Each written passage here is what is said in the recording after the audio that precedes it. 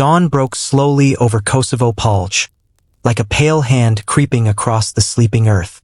Thin mist drifted above the grass, wrapping the valley in a quiet, fragile veil. From a distance, the fields looked peaceful, untouched, almost holy. Birds circled lazily over the open land, unaware that within hours this valley would wear a new name, one carved from blood and smoke. For the villagers nearby, the morning did not feel peaceful. Felt heavy, felt wrong. Old men stood at their doorways, scanning the horizon with eyes that had seen too many winters. Mothers whispered hurried prayers as they tied scarves around their hair. Children, usually loud at the first light of day, stayed silent. Even the animals seemed restless, horses stamping their hooves, dogs pacing in tight nervous circles. A rumor had reached them days earlier, carried from village to village like a dark wind. The Ottomans are coming. Not a raid, not a scouting party, but an entire army. One so vast that the ground itself trembled beneath its march. No one could say for sure how many soldiers were on the way. Some claimed 30,000. Others swore it was twice that. The truth didn't matter. What mattered was the fear that settled in every stomach, cold and unmoving. Kosovo Polje, the field of blackbirds, had always been a place where travelers passed peacefully. Merchants traded here. Shepherds grazed their flocks. Lovers met by moonlight under the endless, open sky. But now it felt like the valley was holding its breath.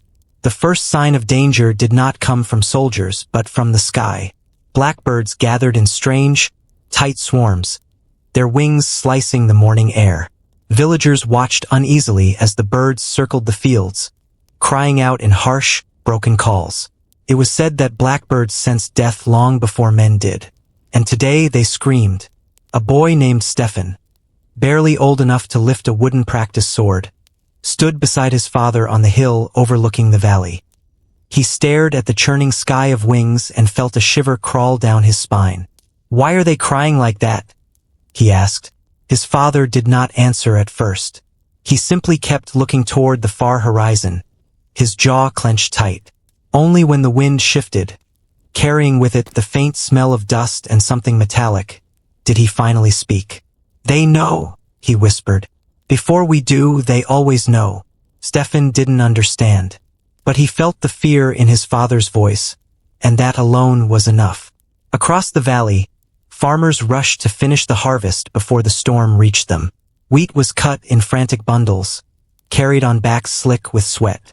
But even as they worked, they looked up every few minutes, searching the horizon for that first glint of metal. By midday they saw it. Tiny flashes, thousands of them, sunlight bouncing off helmets, shields, spearheads, and blades. At first, it was almost beautiful, like distant stars appearing where no stars belonged. But as the shapes grew larger, the beauty twisted into terror. The Ottoman army was approaching, and it wasn't a rumor anymore. Villagers dropped their tools. Some ran to warn the others. Some froze. Some simply stared at the incoming wall of dust, unable to look away. The storm was coming. Steady, endless, unstoppable. On a narrow dirt road leading toward the valley, a small group of Serbian riders galloped hard, their horses foaming at the mouth. They carried urgent news to Prince Lazar, the ruler who had called the Serbian forces to defend Kosovo. Their message was grim. The Sultan himself was marching with the army. Sultan Murad I, a leader known for his calm voice, sharp mind, and iron will. Under his banner, the Ottomans had crushed cities, devoured kingdoms, and broken armies twice the size of Lazar's. If he had come, this was no ordinary campaign. This was a final blow. Back in the valley, people began gathering outside their homes.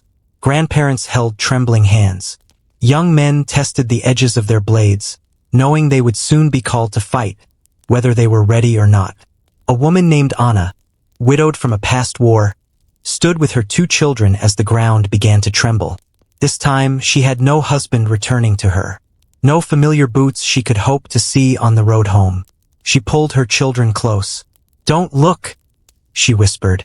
But the children did. They watched the dust cloud growing, watched the shapes of marching men fill the horizon, watched the land itself darken beneath the weight of thousands of feet. To them, it looked like the world was ending. Yet in Kosovo Polje, not everyone trembled. Some prepared. Serbian sentries lit signal fires on the hills surrounding the valley. Their flames shot upward like warnings to the heavens. Horns echoed across the land. Long, low, mournful calls announcing that the enemy had arrived. Knights tightened their armor. Peasants gripped whatever weapons they had. Rusty spears, axes, wooden clubs. Priests walked among them, blessing each man with trembling hands. Some soldiers prayed. Others stared silently ahead, already accepting the fate that waited for them. That night, as the sun fell and the sky turned purple, the Ottomans pitched their tents across the plain. Thousands of campfires flickered like stars fallen to earth. Drums rumbled through the dark, keeping rhythm with the endless heartbeat of war. The Serbians watched from the hills and felt small, painfully small, against the sea of fire stretching below them. Kosovo Polje had become a gateway between two worlds. Behind the Serbians stood their homeland, their families, everything they had ever known. Before them stood an empire that promised only two choices: submission or death. The field was no longer neutral ground. It was the edge of destiny. As midnight crept closer, a cold wind rolled across the valley. The Serbian banners snapped violently in the gusts, their shadows dancing like restless spirits.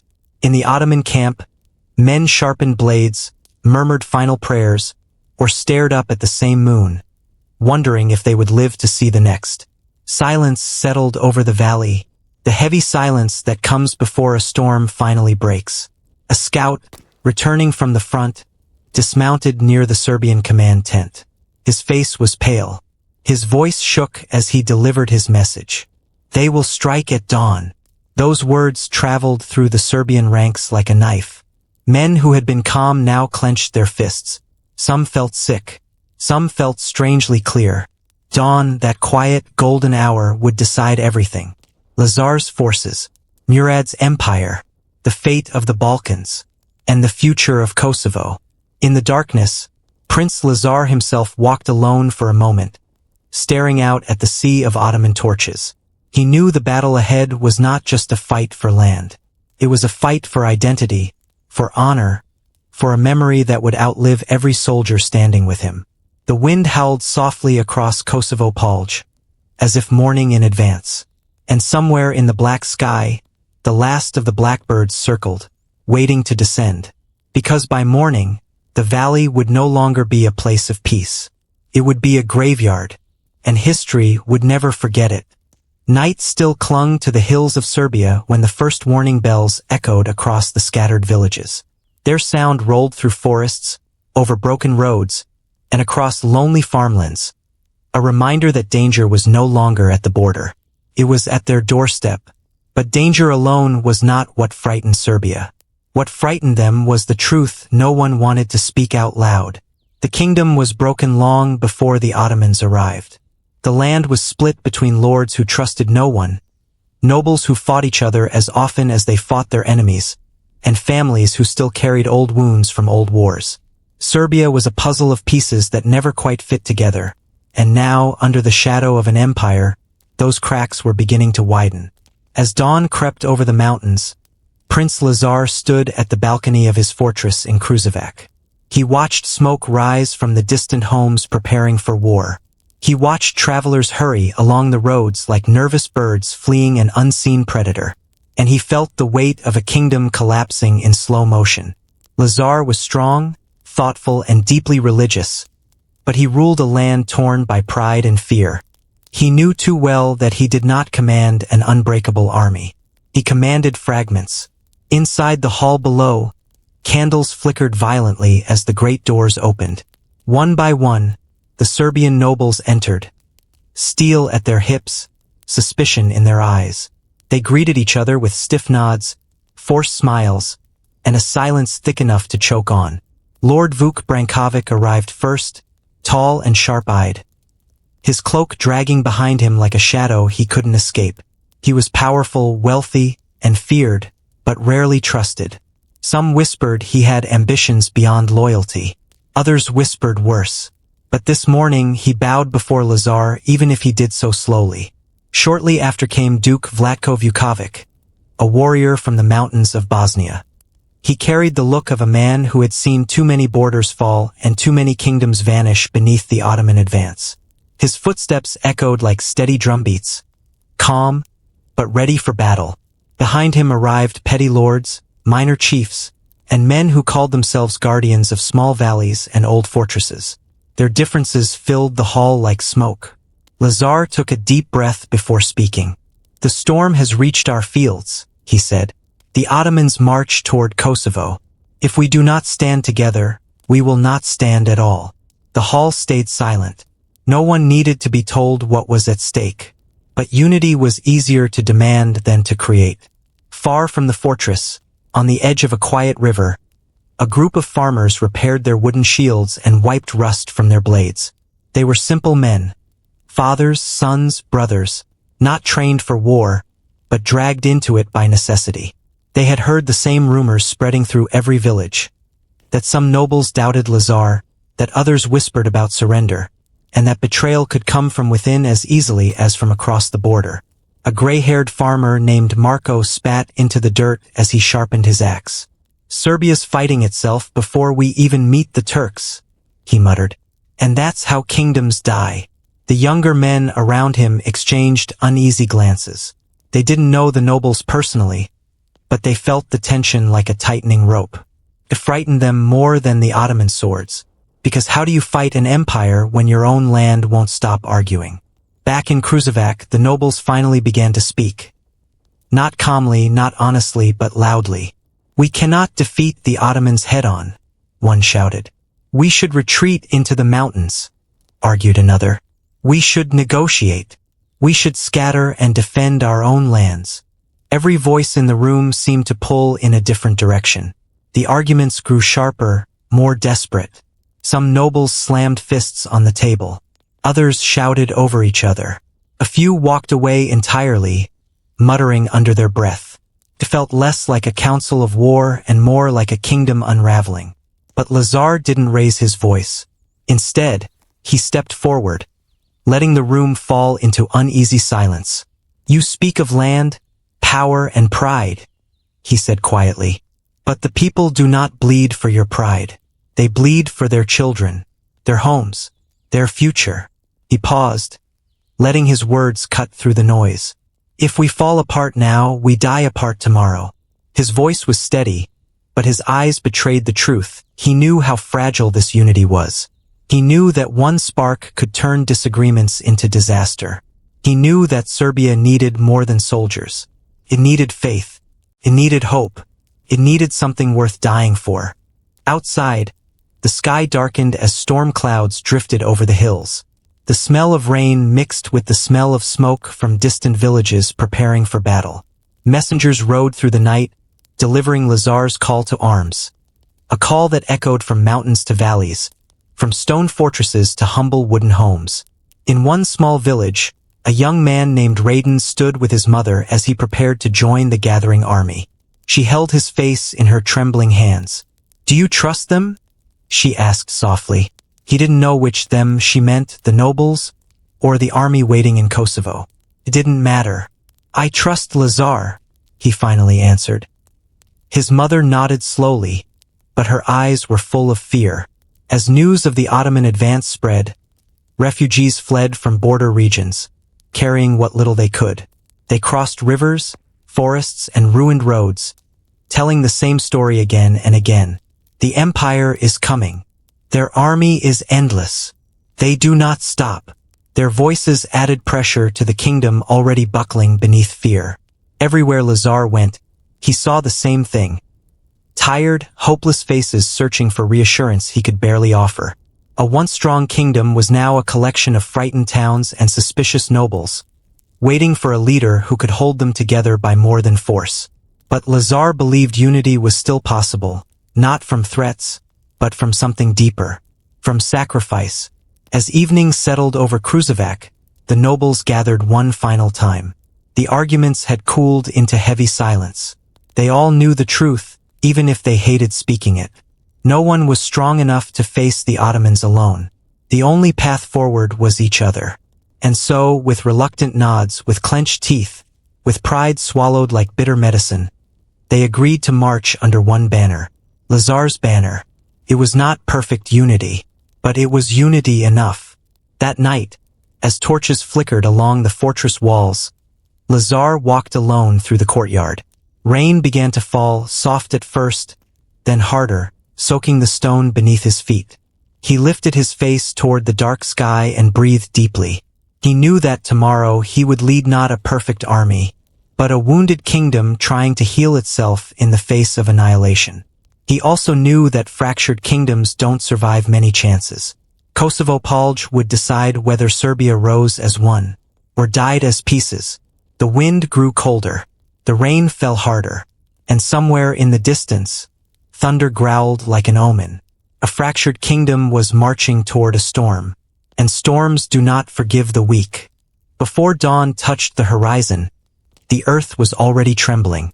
Far to the south, across forests and winding rivers, across ravaged villages and empty plains, the Ottoman army advanced like a living storm. Their march was a low, steady rumble, the sound of tens of thousands of feet moving in perfect rhythm. A rhythm that had crushed kingdoms, burned cities, and swallowed entire cultures whole. This was no scattered raiding party. This was not a border skirmish. This was the crescent tide, the unstoppable wave of an empire that stretched from Asia to Europe, hungry for more. As the first lines of soldiers crested a ridge overlooking Kosovo Polje, the rising sun lit their armor in cold streaks of silver. Spears pointed skyward like a forest of steel. Banners embroidered with golden crescents snapped violently in the wind. And beneath them stood rank after rank of hardened warriors. Janissaries, Sipahis, archers, and foot soldiers who had survived battles that would have shattered lesser armies. At their center rode one man, Sultan Murad I. Calm, silent, watching the valley with the steady gaze of a man who believed destiny was already written. To the villagers watching from distant hills, the Ottomans didn't look like an army. They looked like the end of an age. An endless column of infantry stretched across the plain, followed by cavalry units armored in iron and silk. Horse tails tied to wooden poles, symbols of power, flapped above their heads. Drummers beat a slow, crushing rhythm that rolled through the valley like thunder. Boom, boom, boom. Each strike felt like a countdown. To the invaders, it was the sound of purpose. To the Serbians, it was the sound of fate tightening around their throats. Murad rode toward the center of the formation, his horse moving with the calm steps of a creature trained for war. His face was unreadable. Not cruel, not kind, simply carved from stone. Around him, advisors spoke in low voices, offering reports about the land, the enemy, and the rumored divisions among Serbian nobles. But Murad already knew why he was here. The Balkans, fractured and full of rival lords, stood like a cracked shield before the empire. To secure the pathways into Europe, he needed this valley. He needed Serbia. He needed Kosovo. He had come not just to win a battle, but to break a region. Behind the front lines marched the Janissaries, elite soldiers taken as boys, raised as warriors, trained to never retreat and never question their commanders. Their steps were silent. Their eyes were sharp. They carried long spears and curved swords designed to cut through armor like cloth. Beside them came the Anatolian archers, their bows carved from layers of wood and horn. Every arrow they carried had been shaped for accuracy, for range, for killing. When they raised their bows, the sky itself would darken. And behind them rode the Sipahi cavalry, disciplined, armored, and deadly. Their horses were immaculately trained, moving as if they shared a single heartbeat. Together, these units formed a machine, one built from discipline, fear, and fire. A machine that had never failed Murad. On a hill overlooking the valley, a small group of Serbian scouts watched in horror. One of them, a wiry man named Radovan, rubbed his eyes, hoping he was miscounting, misjudging, misunderstanding. But no, the army below was just as massive as the rumors claimed. Maybe larger. God help us, whispered another scout. Radovan didn't respond. His mouth was dry. His hands trembled. We ride, he finally said. Lazar must know. They mounted their horses and sped toward the north, leaving behind the rolling wave of steel. While the Ottomans set up camp, their discipline was unmistakable. Tents rose in neat rows, cooks prepared meals over hundreds of fires, and officers barked orders with sharp authority. There was no fear among them, only anticipation. They had fought Serbians before. They had broken Balkan armies before. To them, this was not a desperate fight for survival. This was another step in an expanding horizon. Across the rows of tents, soldiers sharpened their blades while others checked bowstrings and armor. Horses were washed, fed, and fitted for war. The organization was frightening. Not chaotic or rushed, but smooth, practiced, almost ritualistic. The crescent tide had come not in rage, but in calm determination. And sometimes calm enemies are the most terrifying ones. As night fell, Murad gathered his senior commanders around a map lit by oil lamps. The shadows cast on the parchment looked like dark waves swallowing the hills of Serbia. His generals discussed the terrain, the marshes, the forests, and the roads leading north. They analyzed potential Serbian formations and calculated the timing of their advance. Murad listened carefully, speaking only when needed. "We press forward at dawn," he said finally, his voice low and resolute. "We split their center. We do not allow them to retreat." The generals nodded. "Let tomorrow," Murad continued, "be the day Europe remembers." His commanders bowed. The lamps flickered. Outside, the wind howled across the plain. Meanwhile, in the Serbian camp many miles away, Lazar had just finished reading the scout's report. His face tightened, though he expected no less. The Ottomans had arrived in full strength, a force that outnumbered his own army by thousands. He dismissed the scouts, walked out into the cold night, and looked south, toward the glow of thousands of Ottoman fires shimmering beyond the hills. The crescent tide was close enough to see, close enough to feel, but Lazar did not step back. He did not flinch. He stood in the dark, gripping the edge of his cloak as if anchoring himself against a storm trying to tear him away. "To the last man," he whispered. The wind carried his words into the night. Back on the Ottoman side, soldiers settled into uneasy sleep. Most were confident. Some were anxious. All were ready. A janissary named Hassan sat sharpening his sword by a fire, watching sparks rise into the air. He wondered what his life would be after this battle. Would he survive? Would the empire continue west? Would he die in a place whose name he couldn't yet pronounce? He looked toward the north, where the Serbians waited. "Let them come," he murmured.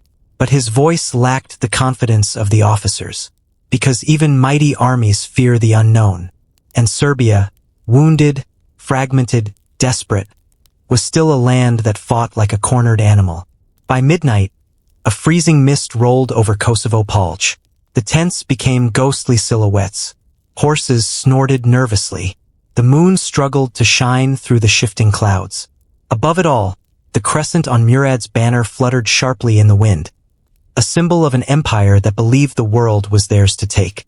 The crescent tide was rising, and at the first light of dawn, it would crash into Serbia, with the full weight of destiny. The torches flickered like fragile hearts against the gathering darkness, casting long, trembling shadows over the faces of men who had spent their lives tilling the land and tending flocks. Kosovo's chill night pressed close, carrying with it the scent of damp earth and the faint smoke of distant fires. In the center of the encampment, Prince Lazar of Serbia stood tall, his cloak brushing the mud beneath him. His eyes glimmered in the torchlight, reflecting a weight that went far beyond the battlefield. The weight of a nation, a people, and a fate they had yet to confront. The men around him, farmers, blacksmiths, and craftsmen, shifted uneasily. Rusted swords and scythes, sharpened axes, and a few well-used spears were the only armor they possessed. Some clutched wooden shields that had seen little more than the games of children. Yet tonight, they held them as if they were shields of steel. Their faces were pale, drawn tight with fear and resolve. The air was heavy with the silence of anticipation, each man aware that dawn might bring their last sunrise. Lazar's voice broke the stillness, low and deliberate, carrying the weight of inevitability. "Tonight we stand not merely as soldiers," he said, and each word seemed to settle like stone upon their shoulders. "We stand as sons of this soil, guardians of our homes, and keepers of our honor. If Serbia is to fall, it shall not be because we yielded in courage or spirit. It shall fall with our blood as its testament." The torches trembled, and with them, the men's hearts. Some whispered prayers beneath their breath, while others gritted their teeth, holding back the tremor of fear. The thought of facing Sultan Murad's army, tens of thousands of seasoned warriors, many mounted and clad in armor that glinted like sunlight on water, would have shattered most. But here, in the glow of flickering fire, something different stirred. It was a quiet, burning defiance. It was the understanding that tomorrow they might die, but they would not die dishonorably. Lazar lifted his hands, palms open toward the heavens, as if reaching for a God who might yet hear a small, fragile plea. "Before God and before the eyes of our people, I swear this: Serbia's soul will not bow to the Ottomans. Our families may weep, our homes may burn, but our honor will remain unbroken." A hush fell over the encampment. For a heartbeat, it seemed the wind itself had stopped, holding its breath in reverence. Then, slowly, one man, a farmer named Vuk, stepped forward. His hands were scarred from years of plowing the stubborn soil, his shoulders bent by the weight of poverty and labor. Yet tonight his stance was upright, determined. "I swear it too, my prince," he said, his voice rough but unwavering. "For Serbia, for my family, for the memory of those who came before us, we will fight. We will die standing." Another followed, then another. The oath spread like a ripple across the campfire glow, reaching every man who had ever wielded a plow as a weapon, who had ever lifted a sickle in desperation. Rusty iron met calloused fists in a quiet chorus of commitment. Each man's voice carried the same grim certainty. Tomorrow they would march into history, and they would do so with their honor intact, even if their bodies were broken. Lazar's gaze swept over them, lingering on the young and the old alike. He saw in their eyes the reflection of his own fear, mirrored back tenfold. He saw sons who would never return home, wives who would wait in vain, and parents who would mourn without closure. Yet he also saw courage, a courage that could not be measured in weapons or armor, but in the steadfast refusal to yield.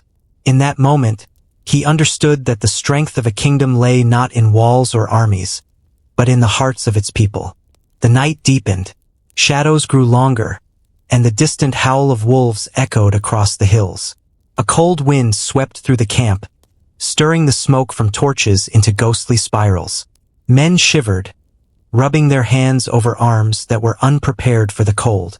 Lazar's voice, now quieter, carried over the murmurs of preparation. "Rest if you can. Sleep if it will come. But remember this: tomorrow, when you stand upon Kosovo Polje, let every breath be for honor, every heartbeat for Serbia. We do not fight merely to survive. We fight so that our names, our families, our very souls will endure beyond this night." Some tried to sleep. Some could not. By the fire, a young boy named Stefan sat with a broken sword across his knees, staring into the flames. He was no older than 14, his face smudged with dirt and ash, yet in his eyes burned the quiet determination of a man who had already witnessed too much loss. He whispered a prayer to God, not for victory, but for courage, courage enough to face the impossible and still rise to meet it. Meanwhile, Lazar walked among his men, his boots sinking into the mud, his cloak catching on the low branches of the nearby oaks. He placed a hand on shoulders here, a nod of encouragement there. No grand gestures, no empty promises. Only presence, only recognition of the immense weight each man bore. Some nodded in acknowledgement, a spark of hope lighting their eyes, while others stared blankly, the enormity of what awaited them pressing down like a mountain on their hearts. In the distance, the first hints of dawn bled along the horizon. Pale light stretched over the valley, brushing against the fog that clung stubbornly to the earth. The world held its breath as Kosovo Polje waited, a silent witness to the coming storm. Soldiers, both seasoned and untested, would soon march into a place that would be forever etched in history. A field where courage and blood would intermingle, where the line between survival and sacrifice blurred beyond recognition. Lazar returned to the center of the camp, kneeling upon the cold, hard earth. He pressed his forehead to the soil, feeling the heartbeat of the land beneath him. "May God guide our hands," he whispered. "May he see the truth of our hearts. Let our enemies know that Serbia does not kneel, even when the world itself seeks to crush her." Behind him, the men echoed in silent agreement. The torches guttered and danced, casting faces in a macabre glow.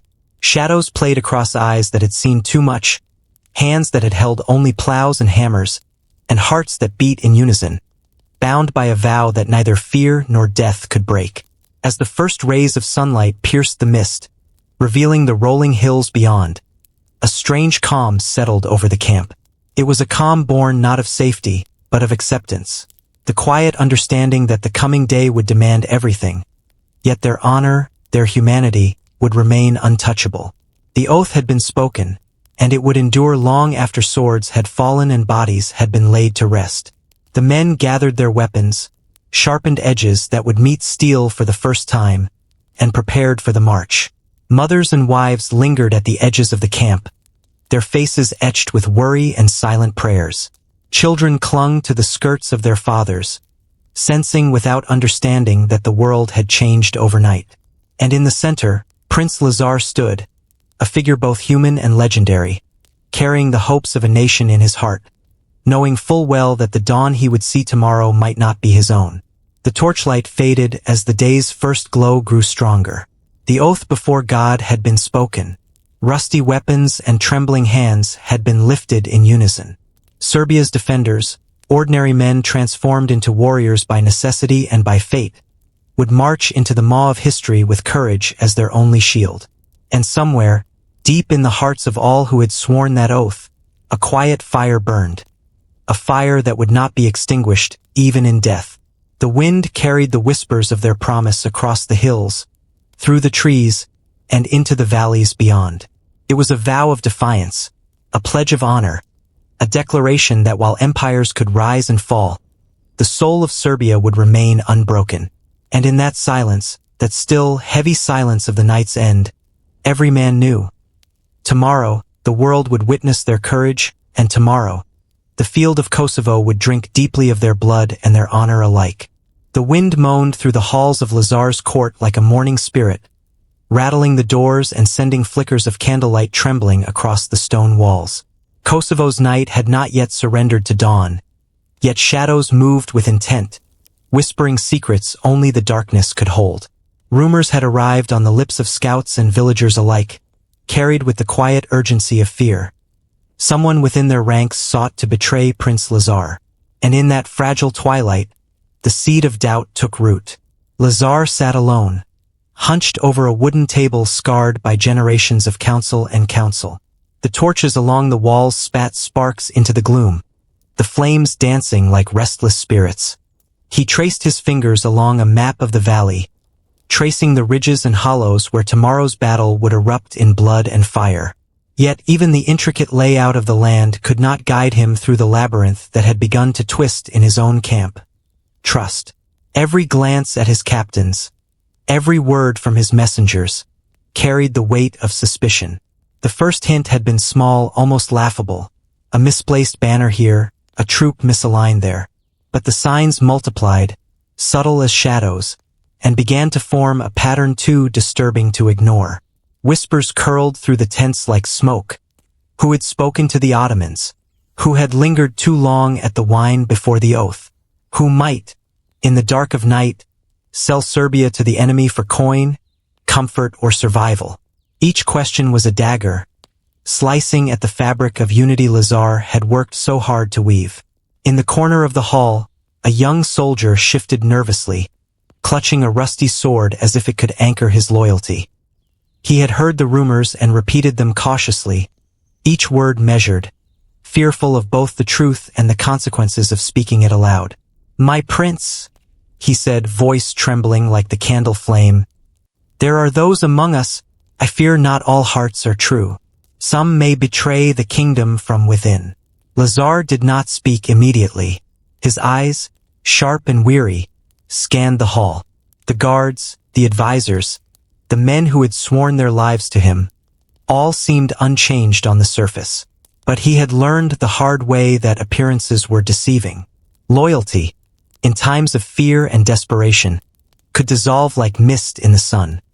He could feel it slipping, a silent erosion that might crumble their stand before the first arrow was loosed. He rose slowly, the wood of the chair creaking under his weight, and walked among his men. Each step echoed through the hall like the tolling of a bell, marking time and reminding all who listened that the shadows were watching. Faces turned toward him, some resolute, some anxious, all wary. The murmur of whispers faded under the gravity of his presence. Yet the unease lingered, a tangible fog that settled over every heart. "The enemy is not always beyond the horizon," Lazar said finally, his voice cutting through the tension like a blade. "Sometimes the enemy wears our face.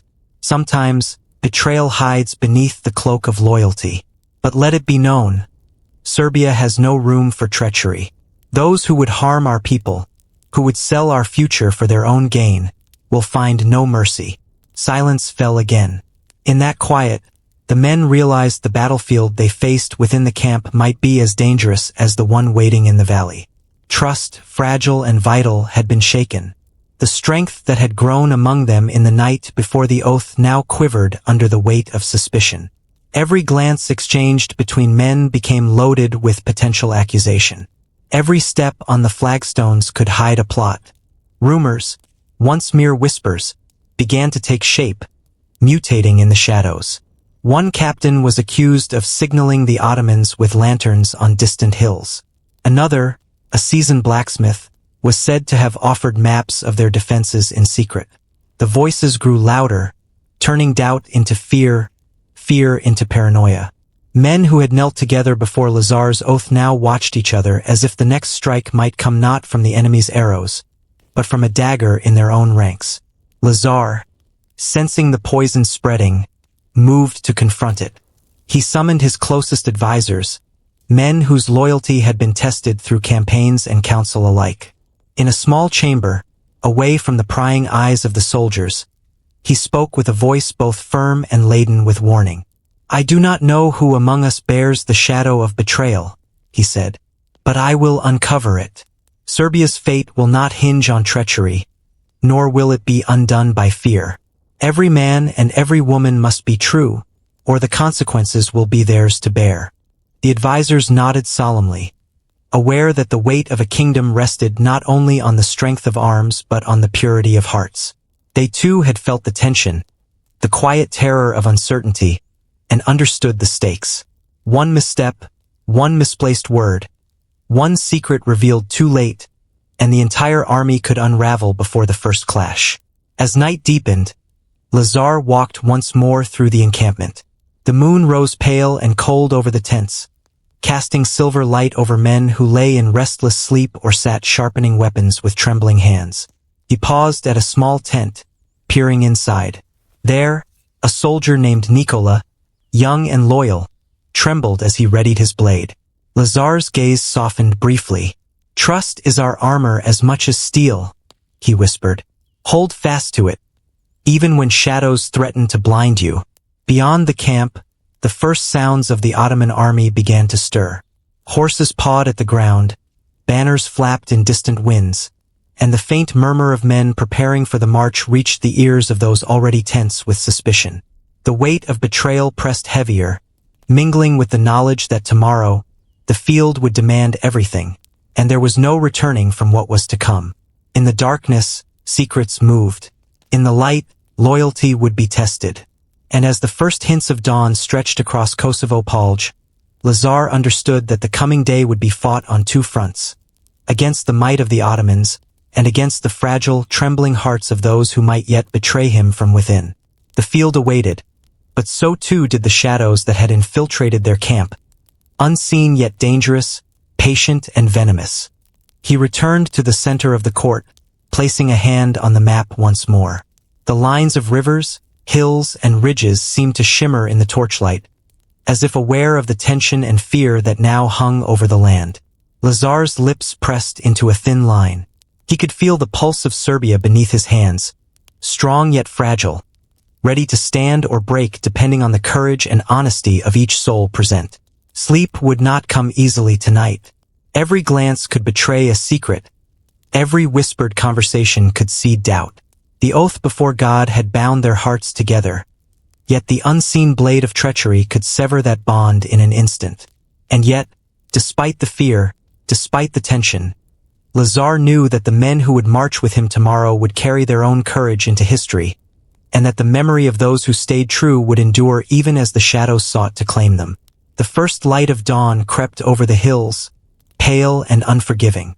Torches guttered in the growing glow, shadows retreated, but the unease remained, coiled like a serpent ready to strike.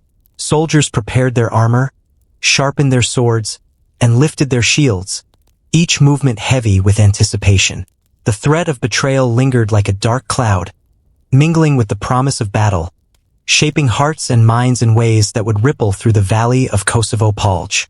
And in that fragile, trembling hour, Prince Lazar took one last look over his court, over his men, over the land that was both home and battlefield. The thought of treachery chilled him, yet it could not break him. He had sworn an oath to God, to Serbia, and to history itself. He would face both the enemy without and the traitor within with unwavering resolve.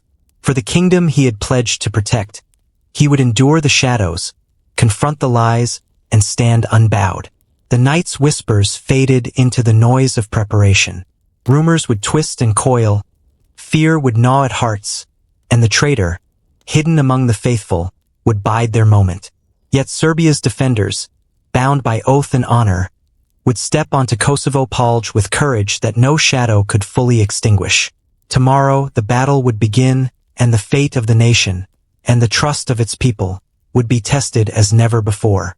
The traitor walked among them, unseen and silent, while the loyal marched forward with hearts open to the horizon. And in the stillness of dawn, as the valley waited, the fragile line between loyalty and betrayal became a sword sharper than any blade, a sword that could pierce the soul of Serbia before the first arrow had flown. Rain fell in thick, cold sheets over the hills surrounding Kosovo Polje.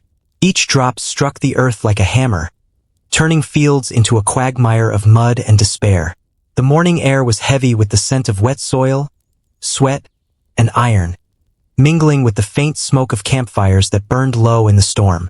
Thousands of men moved through this relentless drizzle, peasants and farmers who had never seen war, yet now carried the weight of an entire nation on their shoulders. Their boots sank into the mud with every step, dragging weary bodies forward. The journey across the valley was slow, measured not by distance but by endurance. Each man felt the pull of gravity and fear, the kind that presses down on the chest and makes the heart ache. They had left homes, families, and simple lives behind, marching into a battle that promised little but death and a chance for honor. The young, barely 16, walked alongside men whose hands were cracked from years of labor, their shoulders bent but their spirits unbroken. Prince Lazar rode at the front of the column, his cloak soaked through, mud streaking the edges of his tunic. His eyes scanned the horizon, searching for the first signs of the Ottoman host. But he was not looking only outward, he was searching inward, through the faces of those who followed him. Each step was a testament to courage born not of experience, but of necessity. He saw fear in their eyes, yes, but also an unyielding resolve. These were the forgotten sons of Serbia, the men who tilled the soil, mended roofs, and tended flocks. Yet today they carried the future of a kingdom in their hands. The rain masked the sounds of their march. Wooden clogs, rusted swords dragging through mud, and the low murmur of prayers to God formed a grim symphony. Some sang quietly, half-remembered hymns and folk songs, as if invoking memory could stave off the terror ahead. Others muttered curses into the wind, blaming fate, the Ottomans, or even themselves for the ordeal that had come upon them. Each man bore a burden heavier than the soaked cloth on his back, the knowledge that this march could be his last. Among them, a farmer named Petar stumbled, sinking into the mud up to his knees. His hands, calloused from plowing, clawed at the earth, desperate to rise again. Lazar dismounted and reached down, gripping his shoulder. "Rise, Petar," he said, voice steady despite the storm. "Serbia moves forward because of you. If you fall, the rest may yet stand. But stand you must." Petar pulled himself free, mud sliding from his tunic, and nodded. The prince's words were not mere comfort. They were a command of destiny. As the march continued, the landscape revealed itself in shards of gray and green, the hills rolling into one another like waves frozen in place. The storm had stripped the world bare of color, leaving only mud, stone, and the glimmer of wet metal. Horses and carts struggled through the muck, soldiers slipping and sliding, yet the column pressed on. Each man, drenched and trembling, understood that the weight of their ancestors rested on their shoulders. Their sweat and fear were inseparable from the fate they now carried. Whispers of the coming battle circled among the men. Some spoke of the Ottoman cavalry, fierce and unrelenting. Others told tales of Sultan Murad, whose name carried both awe and terror. Yet none of these stories broke their resolve. They had vowed honor before God, and no fear could erase that oath. The peasants had nothing left to lose. Their villages had been promised to fire, their homes to occupation. If they were to die, they would do so with swords in hand and hearts open to history. Rain soaked through tents, cloaks, and armor alike, turning leather into a second skin of cold and discomfort. Food was scarce. The damp had ruined much of what they had carried. Hunger gnawed at stomachs already hollowed by anxiety. But even in their suffering, a strange rhythm emerged. Step by step, mud sucking boots into the earth, they marched not as individuals, but as a single organism, a living testament to desperation and courage intertwined. Every man was a note in a somber dirge that would rise above the battlefield and echo for centuries. Children, too young to understand the weight of the oath, trailed behind mothers and sisters, clutching what little belongings they could carry. Some had already lost fathers, others clung to brothers who would not return. The storm blurred the edges of their vision, rain washing tears from small, mud-streaked faces. Yet even in their fear, they witnessed the determination of those who marched ahead, learning, in their own way, that courage could be inherited even in the darkest hour. By mid-morning, the column had reached the edge of Kosovo Polje. The mud deepened, the valley opening before them like a maw ready to swallow them whole. Horses floundered, wheels of carts sank, and men slipped into the mire, their cries swallowed by the relentless rain. Yet Lazar did not falter. He raised his voice above the storm, calling each man forward, binding their resolve through the sound of leadership and faith. "Step into history," he shouted. "Step into eternity. Today, we march as the forgotten, but tomorrow, they will remember us." Silence followed, heavy and reflective. Then, one by one, voices rose from the ranks. Farmers, laborers, young men with nothing but hope and fear intertwined in their hearts, began to chant. It was a sound born of desperation and pride, a song of defiance against a world that had already taken so much. The rain could not silence them. The mud could not halt them. Their courage, raw and unpolished, shone brighter than any armor, stronger than any shield. As they approached the center of the valley, Lazar raised a hand, signaling a halt. The line stretched for miles, men glistening with water and sweat, their weapons raised or slung over shoulders. He gazed upon them, understanding for the first time the sheer scale of human will gathered in one place. Each figure was a story, each story a testament to the power of defiance in the face of overwhelming odds. This was not an army born of kings or generals. This was a people defending what little remained of their lives, their homes, and their honor. Thunder rolled across the hills, shaking the earth beneath their feet. The Ottomans were near, their banners faintly visible beyond the horizon. The first scouts reported movement, the distant clatter of armor and hooves. Anxiety tightened its grip, yet in the hearts of the Serbian peasants, a stubborn fire burned. They were the forgotten, yes, but even the forgotten could shape history if their courage refused to bend.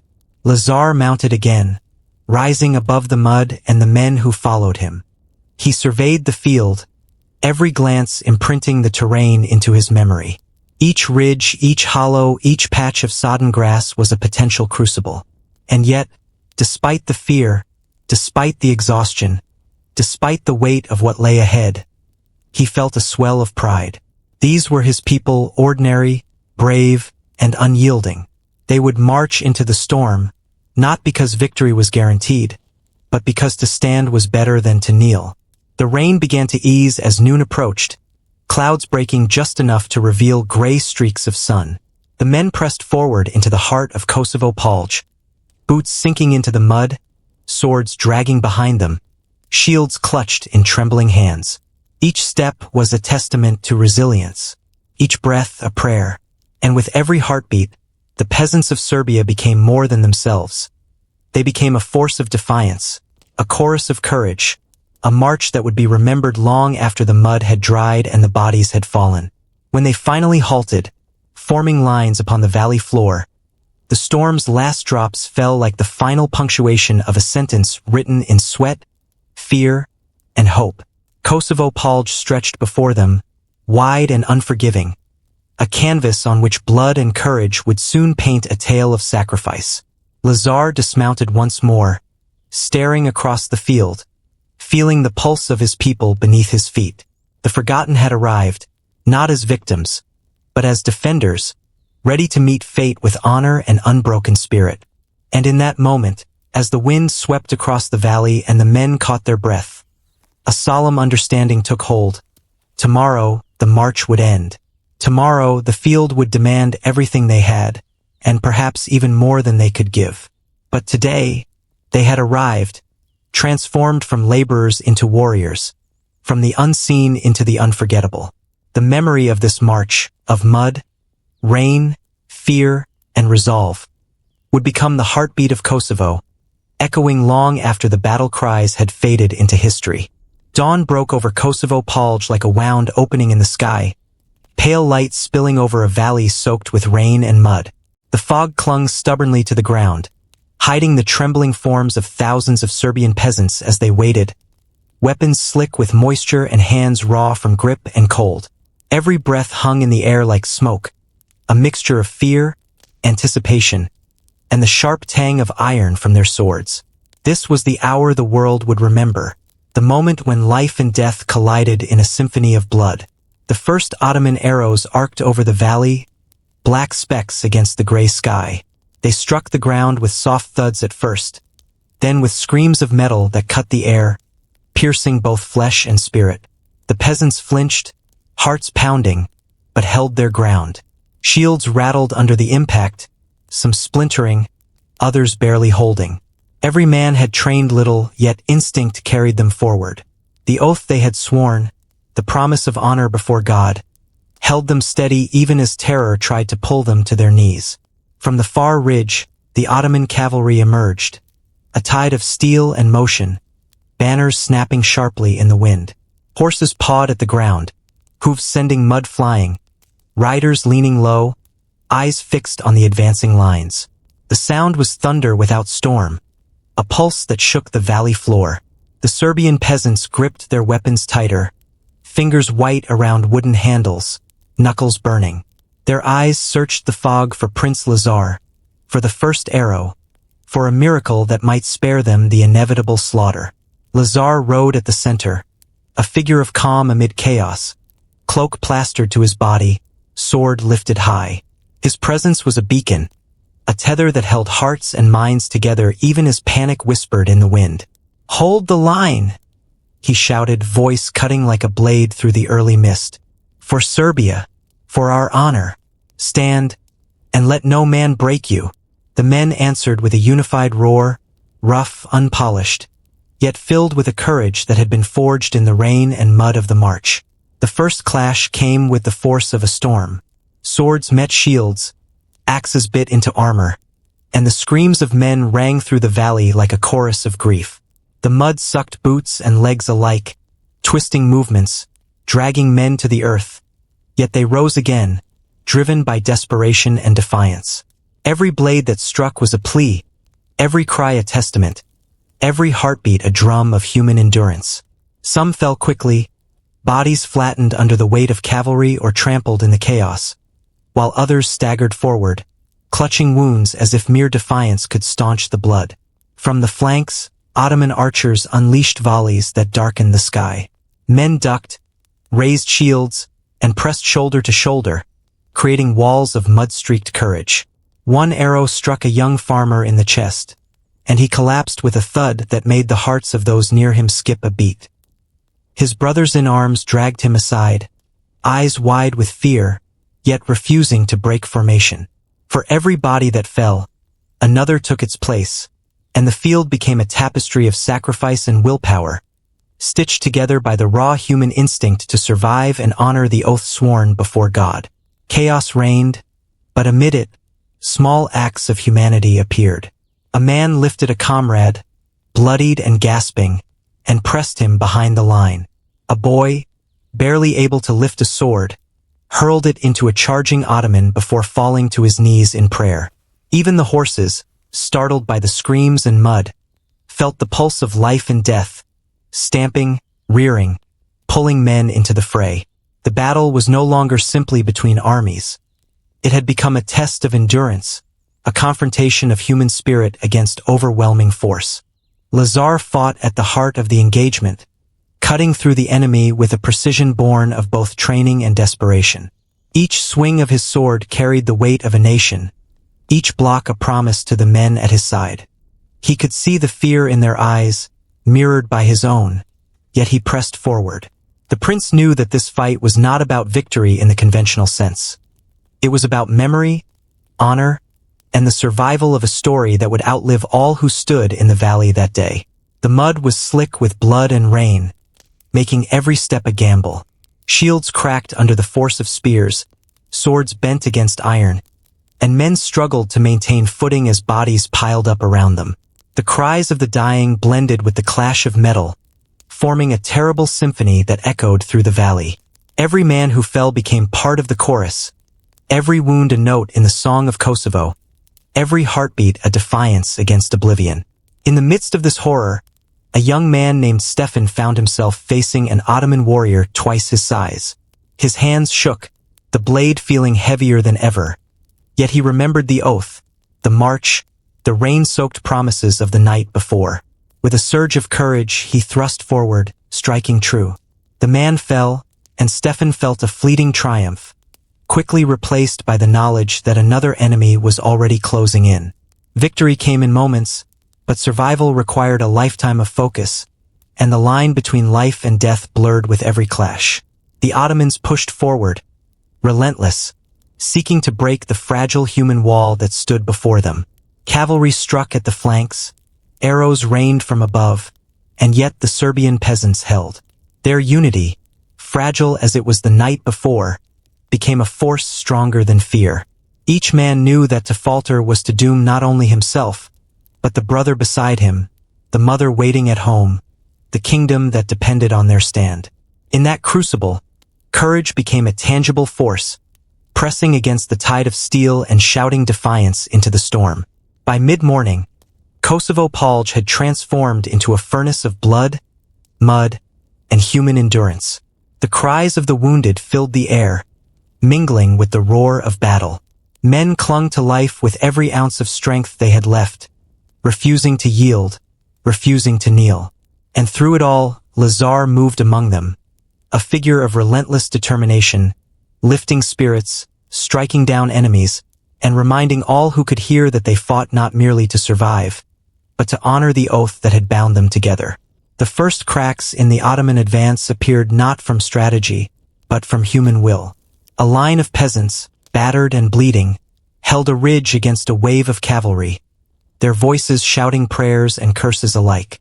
Another group, nearly swept aside, regained position through sheer force of determination, digging blades into mud and gripping shields with hands numb from cold and effort. The battle became less about skill and more about the stubborn refusal to die dishonorably, the raw human instinct to endure even when the odds seemed insurmountable. As the sun climbed higher, piercing the fog with weak light, both sides began to tire. The valley, once a quiet cradle of farmland, was now a churning mass of men, horses, mud, and blood. Every heartbeat was a drum of defiance, every scream a note in the symphony of survival. The peasants of Serbia, ordinary men transformed into warriors, became the embodiment of sacrifice and courage. And in their eyes, one could see the reflection of a truth that no empire could erase. Honor, once taken, cannot be surrendered, not even in the face of annihilation. Lazar, soaked, bloodied, yet unbroken, raised his sword once more. "Forward!" he shouted, voice carrying over the din, "for Serbia, for the oath, for those who cannot fight alongside us." The men rallied, pushing back the Ottomans with a surge born not of training, but of necessity and love for what they had sworn to protect. The clash of steel, the screams of the dying, and the roar of human defiance filled Kosovo Polje like an inferno. By the end of the day, neither side had claimed victory. The valley was littered with the dead and dying, mud mixed with blood in a canvas that only the gods could behold without flinching. The survivors stood, trembling, soaked, and exhausted, yet unbowed. They had faced the fury of the Ottoman Empire and endured. Tomorrow would demand more, and the shadow of loss hung over them like a storm cloud. But today, they had proven that courage, even in the hands of the untrained, could carve itself into history. Smoke rose from the battlefield like a gray specter, curling over Kosovo Polje and mingling with the morning mist. The sun struggled to pierce the clouds, casting a pale, ghostly light over the field strewn with mud, blood, and fallen men. Every step was heavy with sorrow. Every breath tasted of iron and rain. Prince Lazar rode at the center of his army, his cloak torn and soaked, boots caked with mud, sword clutched tightly in his hand. The weight of the kingdom rested upon him, heavier than any armor could bear. The roar of battle had never ceased. Shields splintered, arrows whistled through the fog, and the screams of the wounded echoed like a choir of despair. Lazar could see the faces of the men around him, young farmers and laborers who had become soldiers overnight, their eyes wide with fear yet burning with determination. Every man was a story of courage, a testament to the oath taken before God, and now the prince himself would test that courage to its limit. Ahead, the Ottoman forces pressed forward with relentless fury. Cavalry surged like a wave of steel, banners snapping sharply in the wind. Their commanders shouted orders, and the ground trembled under the pounding of thousands of hooves. Lazar knew that this was the moment of truth, not for victory alone, but for memory, for the honor of Serbia, and for the lives of every man who had marched from the mud and rain of the valley the day before. He spurred his horse forward, cutting a path through the chaos, sword flashing with each swing. Every strike was precise, but also desperate, as if each blow could delay fate itself. He could see the terror in the eyes of the peasants, yet also the spark of resolve. They had followed him into this storm, and he would not abandon them. Around him, men fought not for glory, but to survive, to honor their families, and to fulfill the promise that bound them together in the cold, wet night before. Arrows rained from above, striking shields and bodies alike. A young boy stumbled beside Lazar, sword trembling in his hands. The prince caught him by the arm, steadying him. "Hold fast," he said, voice steady despite the storm of battle. "You are the line of Serbia. Stand, and let the world remember your courage." The boy nodded, teeth clenched, and thrust his blade into an enemy who had not noticed his approach. Life and death mingled in every heartbeat, and in that moment, the boy became more than a child. He became a soldier, a witness, and a story to carry forward. The mud of Kosovo Polje sucked at every foot, tripping men and horses alike. Blood pooled in rivulets across the valley, mingling with rainwater and earth, a grim testament to the human cost of defiance. Lazar pressed forward, each step a struggle, each breath a prayer. He saw comrades fall around him, farmers, friends, even some seasoned captains. Yet he could not pause. To halt would mean chaos, collapse, and the unraveling of everything he had sworn to protect. From the flank, the Sultan's warriors attempted to encircle the Serbian line. Lazar realized that the battle was no longer simply about holding ground. It was about legacy, about ensuring that, whatever the outcome, Serbia would not vanish from memory. With a roar that carried over the din of combat, he rallied his men. "We fight for those who cannot fight with us," he shouted. "We fight for our families, for our homes, for the oath that binds us." And for a brief moment, amidst the mud and blood, the tide shifted. Men surged forward with renewed energy, a wave of desperate courage pushing against the overwhelming Ottoman force. The clash of steel rang like thunder, shields splintered, and arrows tore through the air. Lazar moved like a force of nature, cutting paths for his men, lifting spirits, and holding the line against impossible odds. Every fallen enemy was a step toward survival, every strike a message. Serbia would not yield without its memory being honored. But the tide of battle was cruel and unrelenting. Lazar's horse faltered, struck by an arrow, and he tumbled to the ground.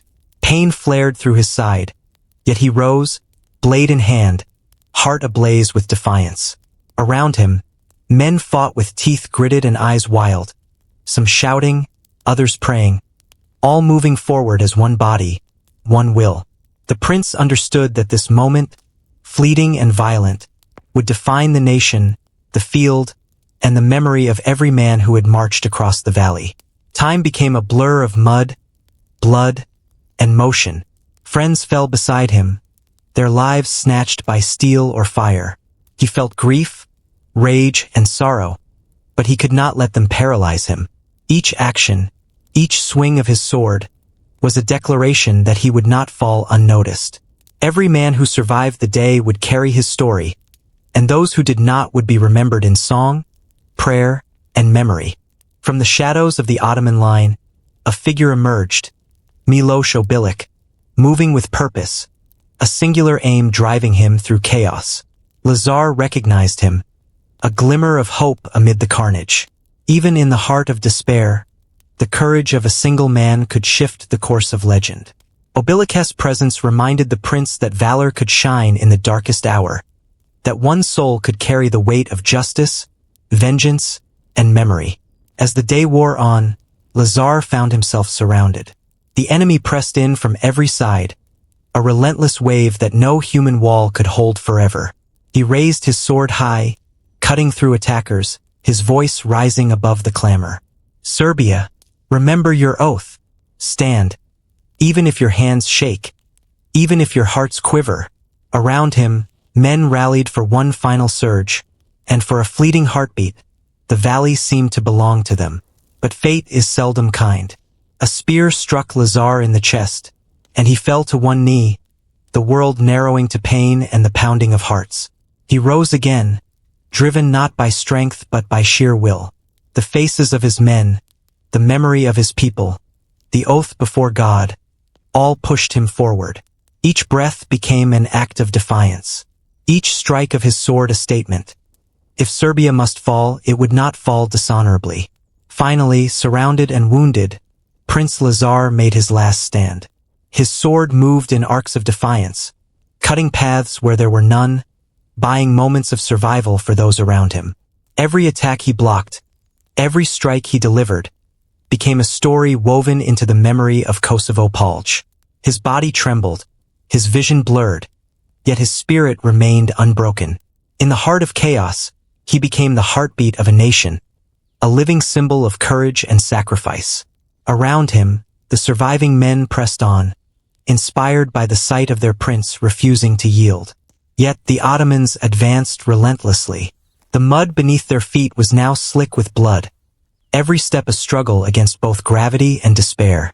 Lazar knew the end was near, yet he did not fear death. He feared only that Serbia might vanish from memory, that the sacrifice of these men might be forgotten in the endless march of empires. With a final cry, he fell, sword raised, eyes fixed on the horizon. Around him, his men roared in grief and defiance, holding the line even as the prince who had led them into history breathed his last. The field, soaked with rain and blood, became a crucible of honor and loss. Lazar's last stand was not for victory, for it had already slipped beyond reach. It was for memory, for the soul of a people, for the oath sworn before God that no empire could erase. The sun broke fully through the clouds, illuminating the valley in pale light. Kosovo Polje lay silent but for the groans of the wounded and the distant clash of retreating warriors. The legacy of the day was clear. The king had fallen, yet his courage had not. Serbia would live, not in victory, but in the memory of those who fought, bled, and died alongside him. The field had claimed him, yet it could not claim his honor, his oath, or the heart of a nation that would carry his story forward. Even as the survivors wept and tended to their wounded, a hush fell over the valley. Kosovo Polje had become more than a battlefield. It was a monument of courage, a scar etched into the memory of Serbia, a place where the heart of a king had given everything so that his people might endure in legend. The tale of Prince Lazar's last stand would echo through centuries, a reminder that honor, even in the face of certain death, is a force that outlives the blade and the soldier alike. The smoke of Kosovo Polje hung low, curling over the mud and blood like a shroud. Dawn had bled into morning, but light brought no comfort. The cries of the dying and wounded still echoed across the valley, mingling with the distant clatter of retreating Ottoman soldiers.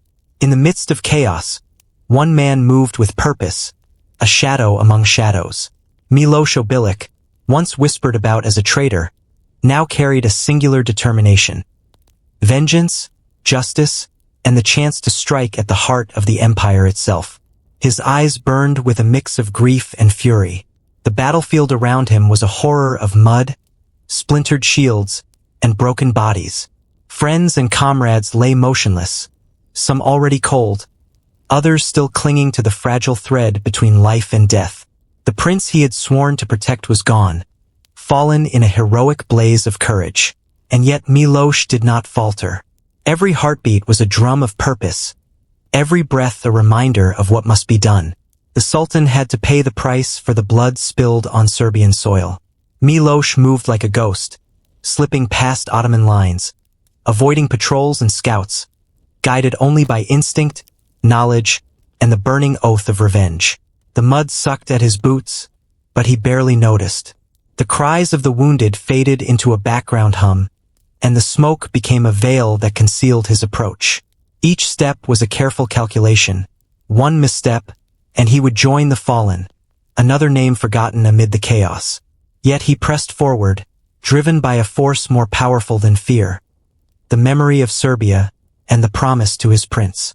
The Sultan's camp rose before him, a fortress of banners, armor, and the clamor of command. Guards patrolled tirelessly, unaware that a single man, unnoticed, had slipped past the front lines. Miloš paused for a heartbeat, letting the enormity of the task settle over him. Every moment of hesitation could mean failure, yet he drew strength from the oath, the march, and the battle that had shaped him. He was no longer merely a soldier. He was a force of vengeance, a reckoning given flesh. He moved through tents and corridors of command, the sounds of the camp sharp against the silence in his own mind. Every shadow became a potential threat, every footstep a reminder of mortality. Yet nothing could slow him. His hand gripped the hilt of his sword until knuckles whitened, eyes fixed on the tent of the Sultan. The weight of history pressed on him, every sacrifice of Kosovo Polje driving him forward. This was his moment, not of glory, but of redemption. A chance to turn rumor into legend and fear into justice. Inside the Sultan's tent, Murad rested, unaware of the storm approaching. Guards lounged lazily, confident that the battlefield's chaos would shield their master. Miloš stepped over ropes, flung aside cloth, and moved silently through the shadows. Each heartbeat echoed in his ears, each breath measured, each step a dance with death. He could feel the eyes of fate upon him, but he did not falter. Every life lost on Kosovo Polje screamed in his mind, demanding that he act. The young farmer fallen in the mud, the soldier who never drew breath again, the prince who had given all. They were his fuel, his guide, his witness. Finally, he stood at the entrance of the Sultan's chamber. Murad's shadow stretched across the floor, unaware, vulnerable. Miloš's heart raced, not with fear, but with the solemn knowledge that this was the moment that would echo through centuries. He could feel the weight of Kosovo on his shoulders, the march, the oaths, the cries, all converging into a single purpose. With a deep, steadying breath, he stepped forward, sword raised. One motion, one strike, one act that could change the course of history. Steel met flesh in a sudden, brutal moment. The Sultan's guards reacted, but too late. Miloš moved with precision and ferocity, striking down those who dared challenge him. Blood blossomed across silk and armor as the tent became a storm of motion and sound. The Sultan rose, eyes wide, realizing only too late that death had come uninvited. Miloš's blade found its mark, swift, decisive, and unflinching. One strike, one life taken, one act of vengeance fulfilled. Yet it was not triumph that filled him, but a solemn, almost sacred satisfaction. Justice for the fallen, honor for the prince, and redemption for himself. Outside, the battlefield raged still, but a ripple of shock ran through the Ottoman forces. Their leader struck down, their command fractured, soldiers faltered, and momentum shifted, if only briefly.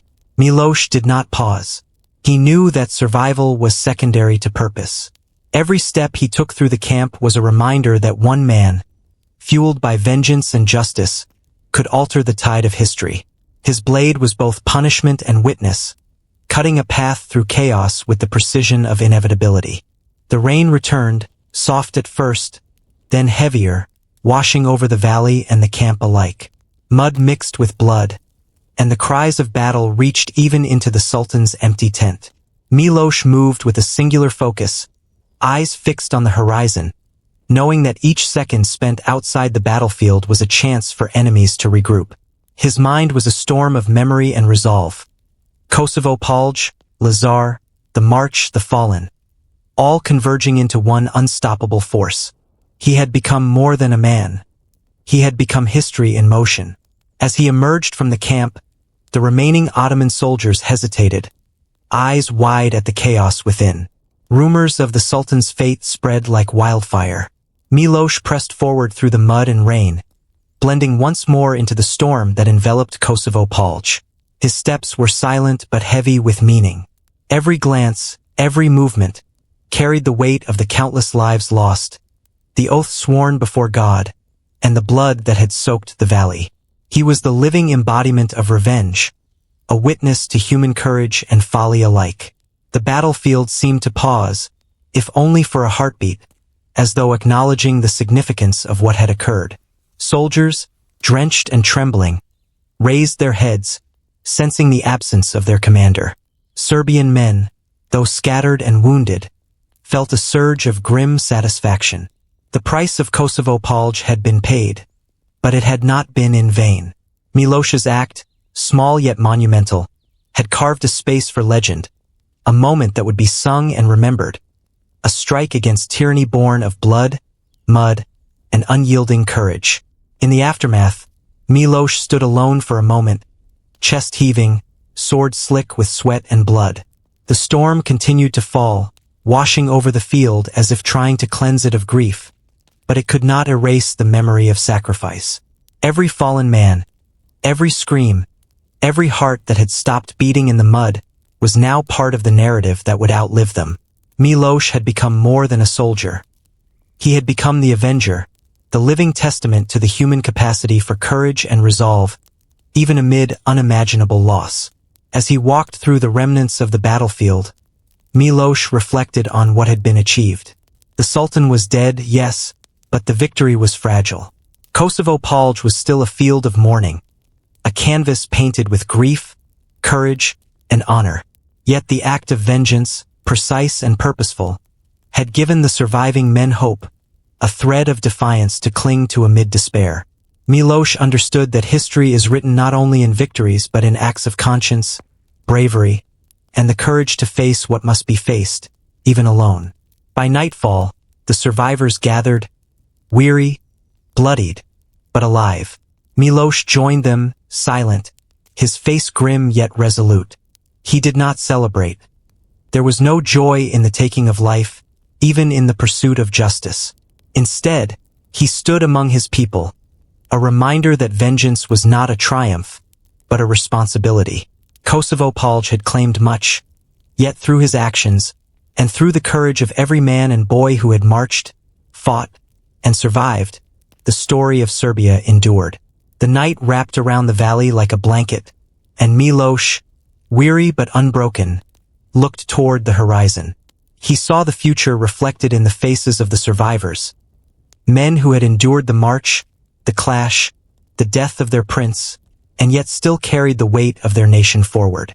His blade, still dripping with the echoes of vengeance, was a symbol of justice and memory. Kosovo Polje would be remembered, not just for loss, but for courage, honor, and the act of a single man willing to confront history itself. The valley lay in silence, heavy and oppressive, as if the earth itself mourned.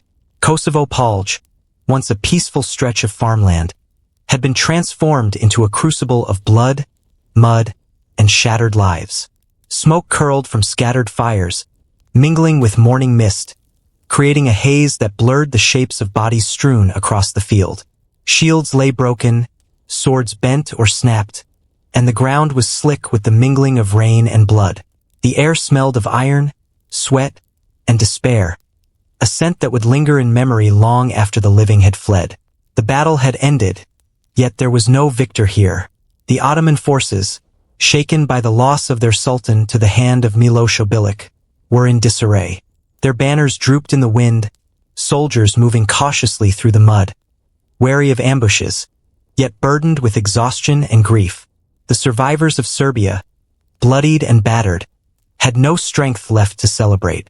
Every face bore the weight of what had been lost: comrades, family, and the very prince who had led them with courage unmatched. Kosovo Polje was a tomb for both armies, a silent witness to the horror that had unfolded. Bodies of friend and foe alike lay side by side, indistinguishable beneath the mud-streaked uniforms and armor. A young soldier clutched the lifeless hand of a neighbor, eyes wide with disbelief. He was just a boy," he whispered, voice breaking, tears mixing with the rain on his cheeks. Around him, the field seemed frozen, each fallen figure a testament to the cost of defiance, the price of honor, and the cruelty of war. The noise of battle had ceased, leaving only the quiet moans of the wounded and the distant clatter of scavenging soldiers. Miloš Obilić moved among the survivors, silent, his face grim. His sword, still slick with the blood of enemies and vengeance fulfilled, hung at his side. There was no triumph here, only the heavy burden of survival. He passed a cluster of men tending to the wounded, and saw the look of despair etched into every face. Some had lost family, others comrades, and all had lost the innocence they had carried into the valley. Kosovo Polje had taken everything, yet the survivors carried on, bound by the memory of those who had fallen and the oath they had sworn. Near the center of the field, the body of Prince Lazar lay, surrounded by the torn remnants of his banner. The mud clung to his cloak, the edges of his armor dented and bloodied. Miloš knelt beside him, feeling the weight of grief settle over his shoulders like a stone. He placed a hand over Lazar's chest, a gesture of reverence, and whispered a vow that the prince's sacrifice would never be forgotten. Around them, men and boys knelt in silence, heads bowed, the memory of their leader binding them together even in despair. The wounded cried out for water and aid, and survivors worked tirelessly to drag them from the mud. Horses, wounded and weary, whinnied softly, heads bowed in exhaustion. The field was a canvas of suffering, yet it was also a testament to endurance. Each life clinging to the fragile thread of survival was a rebellion against the cruelty of fate, a statement that the human spirit could endure even when the body was battered beyond recognition. Kosovo Polje, though broken, had not yet broken the hearts of all who remained. In the distance, the Ottoman commanders regrouped, their losses staggering. The death of Sultan Murad had thrown their forces into confusion, yet they still retained the upper hand in numbers. The soldiers moved cautiously, aware that every step could bring them into contact with the vengeful survivors or the unpredictable wrath of Miloš Obilić. War had become a landscape of fear, uncertainty, and the ghost of those who had fallen. Kosovo Polje was no longer simply a battlefield. It was a monument to sacrifice, a mirror reflecting both the courage and folly of men. Even as the rain continued to fall, mingling with blood and mud, survivors began to tally the cost. Families searched for the bodies of their sons and brothers. Men dragged comrades to safety, and the air was thick with grief that had no end. Every step was heavy, every movement measured, and every breath a reminder of mortality. Kosovo Polje had been a field of hope, a place where courage was tested. Yet now it was a field of mourning, a scar on the landscape and in the hearts of those who had endured. Amid the devastation, Miloš stood over the body of a young boy who had fought valiantly, eyes wide with fear in the final moments. He knelt, brushing mud from the child's face, and whispered a solemn promise. "Your courage will not be forgotten." Around him, men clung to each other, drawing strength from shared grief, and the bonds formed in battle began to solidify into something enduring. Kosovo Polje had taken much, but it had also revealed the resilience of the human heart, the depth of loyalty, and the price of honor in a world ruled by blood and steel. As the sun finally pierced through the clouds, casting pale light on the valley, a hush fell over the broken field.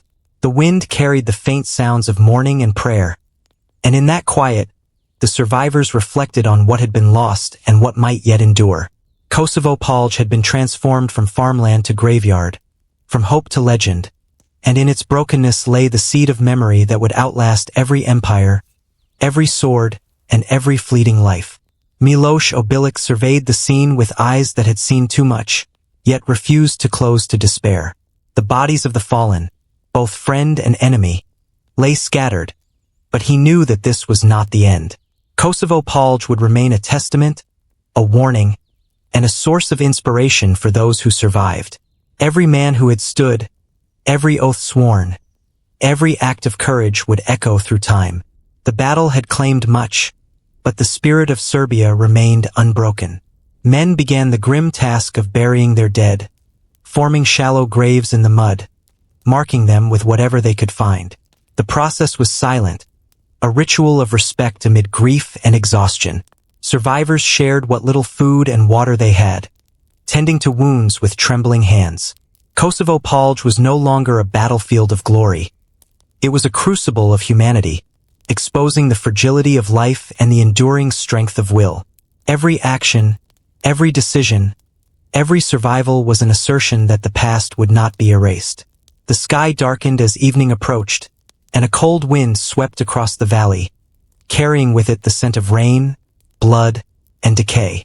Survivors huddled together, some praying, others weeping, all silent witnesses to the cost of defiance.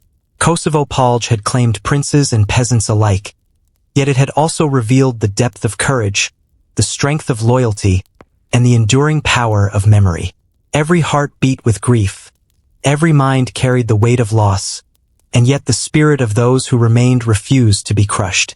Miloš knelt one last time beside Lazar's banner, placing a hand over the torn fabric. The prince had fallen, but his memory would endure.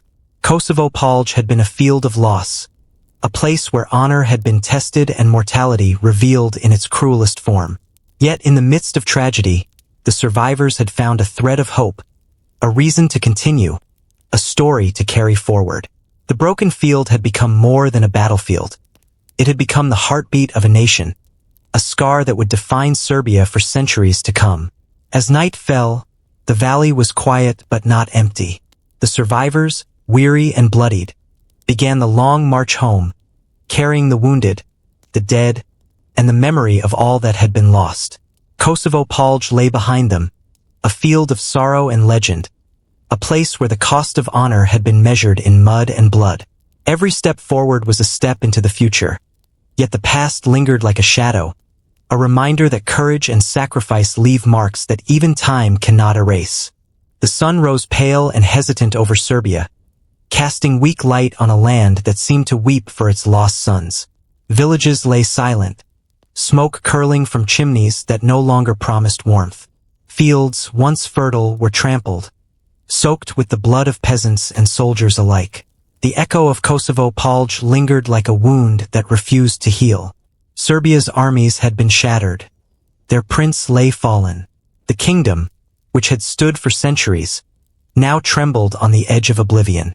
Survivors emerged from the mud and rain, faces hollowed by grief and exhaustion. Their eyes told stories of nights spent in terror, days spent marching through blood and chaos, and hearts heavy with the memory of those who had died. Families searched for their sons and husbands, the living clinging to scraps of hope amid overwhelming despair.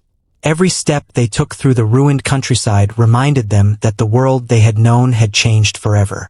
The Ottoman Empire advanced, slowly but relentlessly, claiming villages, castles, and fields, leaving the survivors to reckon with a kingdom slipping from their grasp. Miloš Obilić moved through the remnants of the army, silent, sword still stained with the deeds of the previous day. He could see the despair etched into the faces of men and boys who had fought with courage beyond measure. Their strength was spent. Their spirits, though unbroken, were bowed by the weight of loss. He knew the fall of the kingdom was not a single moment but a slow unraveling, a creeping shadow that would claim every town, every village, every heart unwilling to bend before overwhelming force. Reports reached the surviving commanders that Ottoman forces were consolidating power across northern Serbia. Fortresses that had held for generations surrendered without fight. Villages emptied of their able-bodied men were now at the mercy of invaders. The people who had survived Kosovo Polje carried stories of heroism and tragedy, but they also carried the reality that their homes were no longer safe. The kingdom that had once inspired loyalty, pride, and courage was now fractured, held together only by memories of what had been, and by a stubborn hope that one day, somehow, Serbia might rise again. In the villages, the survivors gathered quietly, exchanging tales of bravery and horror. Mothers wept over sons who would never return. Fathers mourned their fallen comrades, and children clung to whatever thread of stability remained.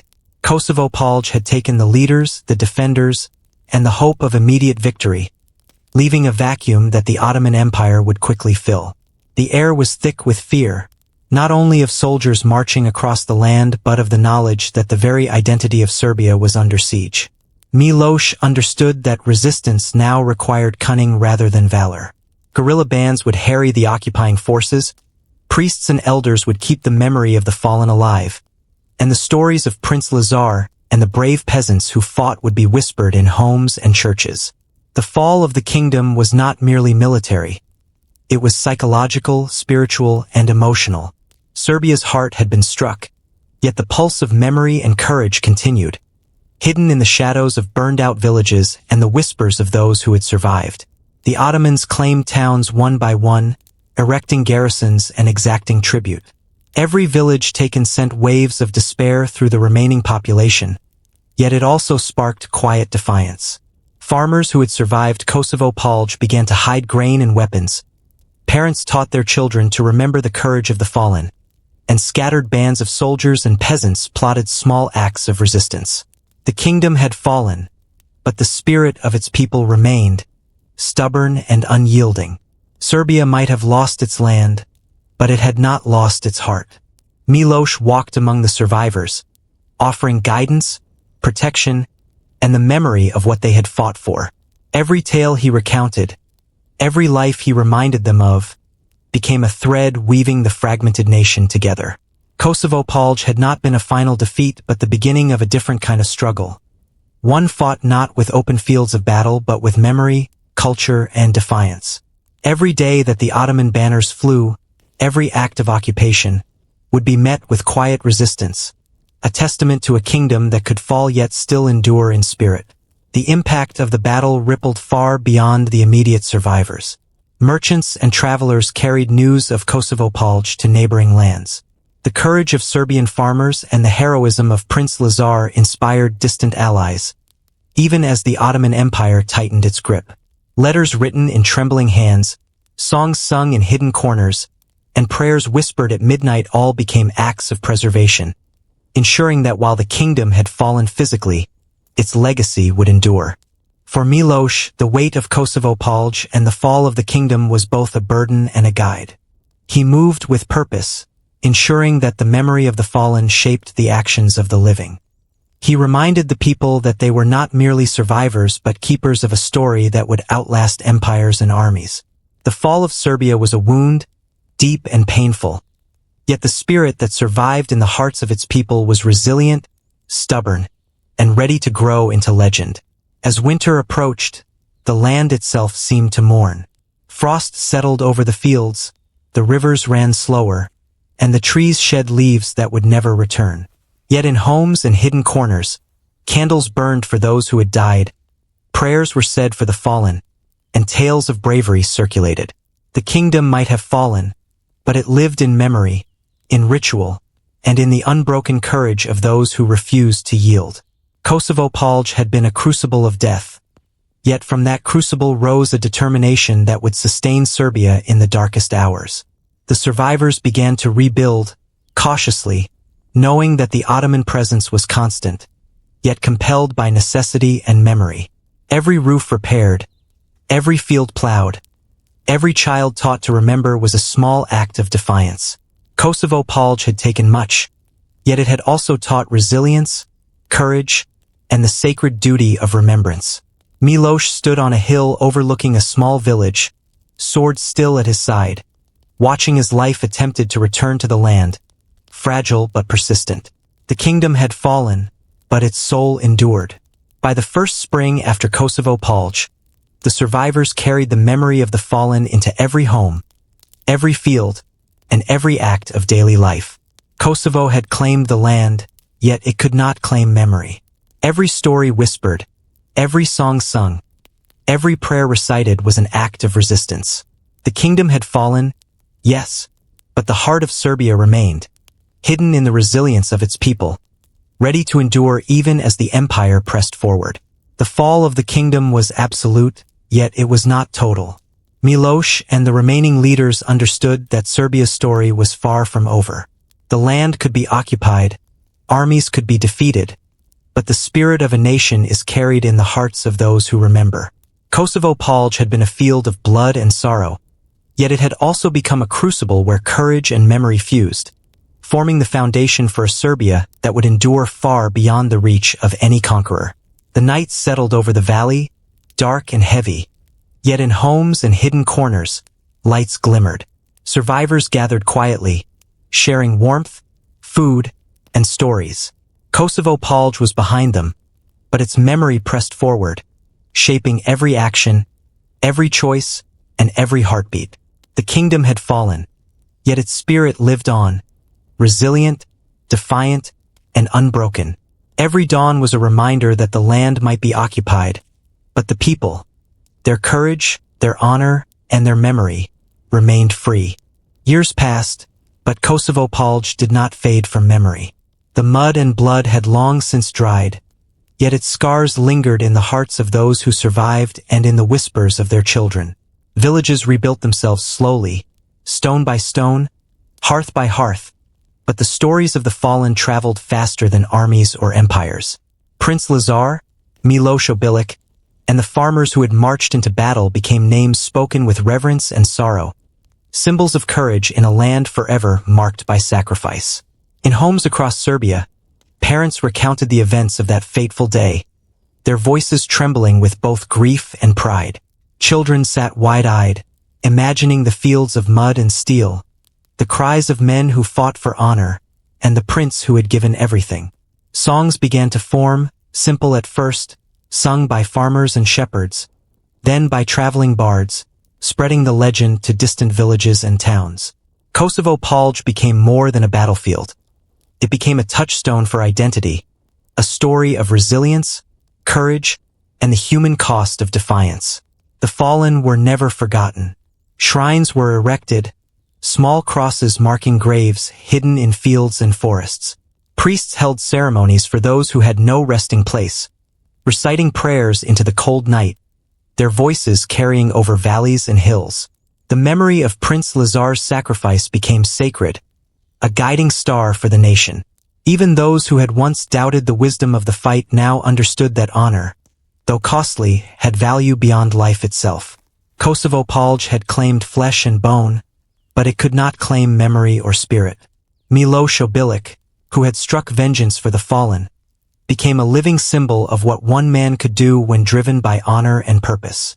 He traveled across the land, quietly aiding survivors, teaching the children of Kosovo the stories of the brave, and ensuring that the names of the fallen were never lost.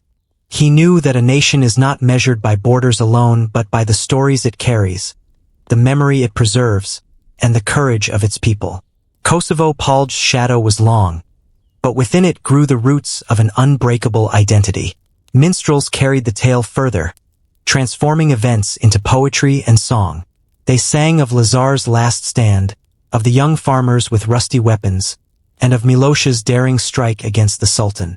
The songs were mournful, filled with sorrow for the lost, yet they were also imbued with pride and reverence. Across villages, around fires, and in secret gatherings, these stories became ritual.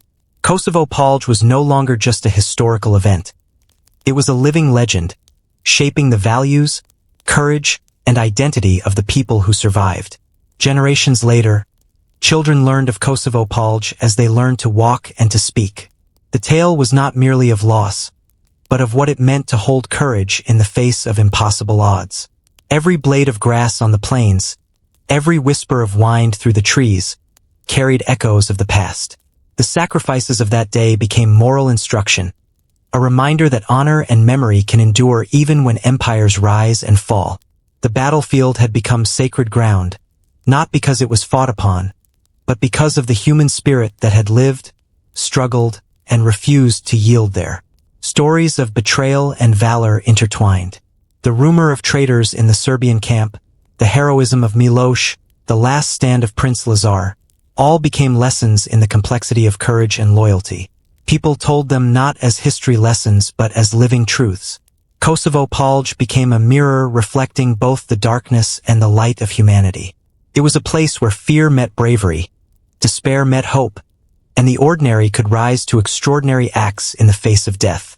As time passed, Kosovo Polje inspired more than stories.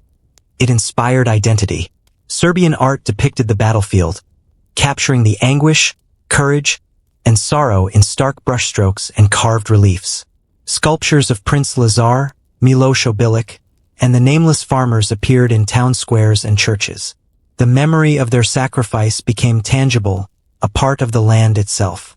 Kosovo Polje's legend grew because the people refused to let it fade, carrying it forward in every word, every song, and every act of remembrance. The Ottoman Empire ruled the land, yet it could not erase the spirit that had been forged on those fields. Families passed down relics, weapons, and banners as heirlooms, each imbued with the weight of history. Children grew up knowing that Kosovo Polje was not just a battle but a promise, a reminder that honor, courage, and sacrifice could survive even the darkest of times. The stories of the fallen were recounted in both sorrow and pride, shaping the moral compass of a nation and ensuring that the past remained alive within every heartbeat. Poets and bards visited monasteries and market squares, weaving Kosovo Polje into the very fabric of culture. Tales of heroism became intertwined with daily life, influencing how people lived, worked, and remembered. Each retelling reinforced the same truth. The kingdom might have fallen, the battlefield might have been lost, but the courage of those who fought and the memory of those who died could never be conquered. The valley became sacred, a place where the past was honored and the human spirit celebrated. Centuries later, travelers and historians alike would come to Kosovo Polje, drawn by the stories that had traveled far beyond the region. They would find fields of grass where once mud and blood had mingled, and hear the whispers of legend in the wind. The sacrifice of Prince Lazar, the vengeance of Miloš Obilić, and the courage of countless peasants had transformed the valley into a symbol, a living narrative that transcended the boundaries of time. The battlefield, though physically scarred, became immortal in memory, teaching lessons of honor, bravery, and resilience that could never be erased. Even in the quiet moments of reflection, Kosovo Polje continued to shape the nation. Songs were sung in homes, prayers whispered in churches, and stories recounted in secret gatherings when rulers or armies threatened to silence them. Every act of remembrance was a rebellion, a declaration that memory and courage outlived death, conquest, and fear. Kosovo Polje had become more than a place of loss. It had become the very essence of Serbian identity, a scar that was at once painful and proud. The legend of Kosovo Polje endured because the people nurtured it, because they refused to allow the sacrifices of the fallen to be forgotten. Songs, prayers, and stories became a sacred chain linking generations across centuries. Prince Lazar's name was invoked in times of trial, Miloš's courage celebrated as an example of honor, and the nameless farmers remembered as the heart of a nation. Kosovo Polje was no longer just a field of death. It was the crucible in which the soul of Serbia had been tempered, a legacy that could not be extinguished. In every corner of the land, from the smallest village to the grandest city, the story persisted. Kosovo Polje was remembered in song, in art, and in whispered tales around fires. It was a story of human courage in the face of impossible odds, a story of honor in the midst of despair, and a story of a nation that refused to die even when its kingdom fell. The legend endured because it had been lived, felt, and carried forward by generations who understood that some sacrifices are too great to be forgotten. The valley remained quiet, but in its silence lived a heartbeat. The memory of the fallen, the courage of the survivors, and the unbroken spirit of the people kept Kosovo Polje alive across time. Every song, every prayer, every story was a pulse in the living history of Serbia.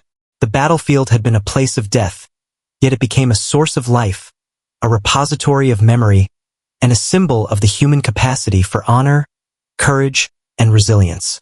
And so, Kosovo Polje endures, not merely as a place but as a story, a lesson, and a legend. The mud, the blood, the screams, and the courage have been woven into the soul of a nation. Prince Lazar, Miloš Hrebeljanović, and the countless unnamed heroes live on in memory, guiding every generation with the quiet insistence that courage, sacrifice, and honor are never forgotten, even when kingdoms fall. The legend that would not die lives in the hearts of all who remember, ensuring that Kosovo Polje remains eternal, a testament to the enduring power of human spirit.